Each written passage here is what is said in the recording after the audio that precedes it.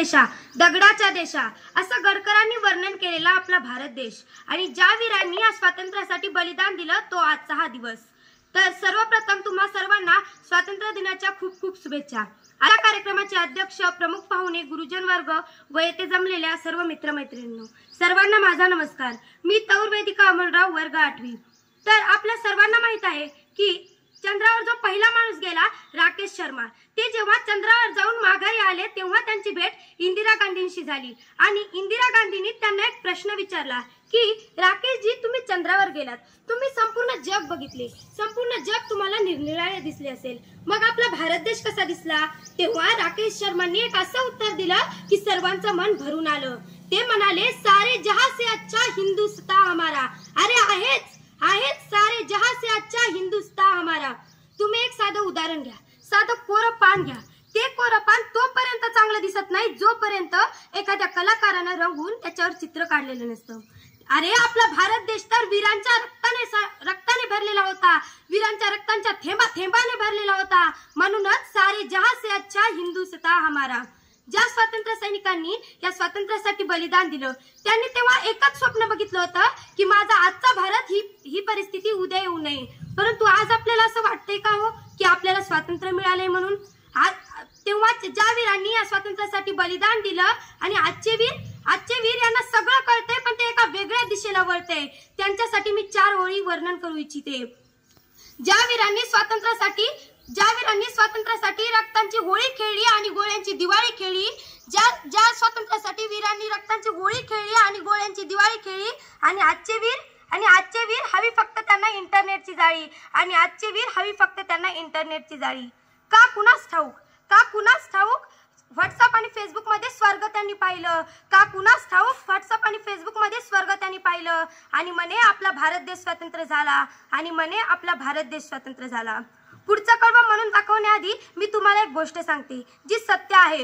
एक योद्धा होता, तो भविष्यवाण्याकडे गेला आणि भविष्यवाण्याला म्हणाला गुरुजी माझा हात बघून सांगा की मी युद्ध जिंकू शकेल का नाही।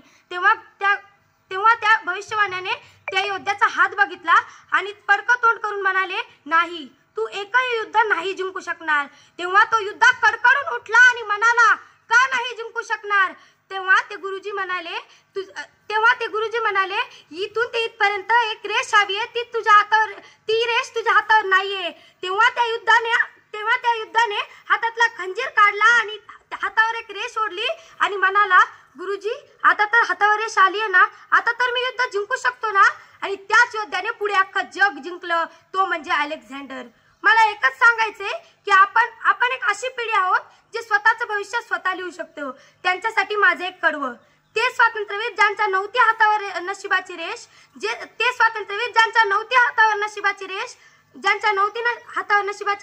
आणि आजचे वीर हा मेसेज 10 ग्रुपवर पाठवा काहीतरी चांगलं होईल अशी अपेक्षा ठेवून बसलाय आणि म्हणे आपला भारत स्वतंत्र झाला आणि म्हणे आपला भारत देश स्वतंत्र झाला। मला तुम्हाला एक सांगायचंय, कोपर्डीची एक 15 वर्षाची मुलगी रस्त्याने जात होती, काही नराधमांनी तिला अडवलं, तिचे हातपाय तोडले, तिचे केस उपटले, तिची मान 180 डिग्री फिरवली, ती ओरडू नये म्हणून तिच्या तोंडात रुमाल घातला आणि तिचा बलात्कार केला। अरे आपण कुठल्या राज्यात आहोत? आपण छत्रपती शिवाजी महाराजांच्या राज्यात आहोत, ज्या राज्यात मुलींकडे वाकड्या नजरेने पाहिल्याने महाराज शिरच्छेद करायचे, आज त्याच राज्यात मुली न्यायासाठी भीक मागतायत। त्या कोपर्डीतल्या माझ्या बहिणीसाठी माझी एक शायरी। कोपर्डीतल्या त्या चिमुरडीचा अजूनही आवाज गुंततोय, तिच्या वेदनांच्या कळेने संपूर्ण भारत रडला, तरी त्या नराधमांच्या पापाचा घडा अजूनही नाही का भरला आणि तो नराधम दुसऱ्या शिकाराच्या शोधात बसला आणि म्हणे आपला भारत स्वतंत्र झाला आपण मुलींवर संस्कार करतो की बाहेर जाताना नीट जा, नीट कपडे घाल, कोणाशी हसून बोलू नको, कोणाशी बोलूच नको, पार्टी नको, एन्जॉय नको। किती बंधनं घालतो आपण मुलींवर, परंतु त्यापेक्षा ना आपण आपल्या घरातल्या मुलाला एकच संस्कार करा की मुलींचा आदर कर, मग हातात मेणबत्ती घेऊन हळहळ व्यक्त करण्यापेक्षा मुलीचा आदर कर हा एकच संस्कार शिकवा आणि मग जेव्हा आपली लाडली घराबाहेर पडेल ना तेव्हा तिला हे जग स्वच्छंद भरारी घेण्यासाठी आपलंसं वाटेल. आता शेतकरी हा जगाचा पोशिंदा आहे, परंतु आता शेतकऱ्याला या जगात कोणीच मान देत नाही. सर्वजण बोलतात की शेतकरी गरीब आहे, परंतु मी एक तुम्हाला सांगते की या जगात शेतकऱ्याशिवाय श्रीमंत दुसरा कोणी नाही. जेव्हा शेतकरी संपावर जातो परत माघारी येतो का? कारण शेतकऱ्याला असं वाटतं की या जगातले लोक उपाशी राहू नये, परंतु आपण एक विचार करा की शेतकरी जर कायमचा संपावर गेला तर आपलं काय होईल. आणि आपल्या देशाचे रक्षण करणारे सैनिक हे पण संपावर जातात, वापस येतात का? तर आपल्या देशातल्या लोकांसाठी. परंतु जर कायमचा सैनिक जर संपावर गेला तर आपलं काय होईल याचा पण विचार करा.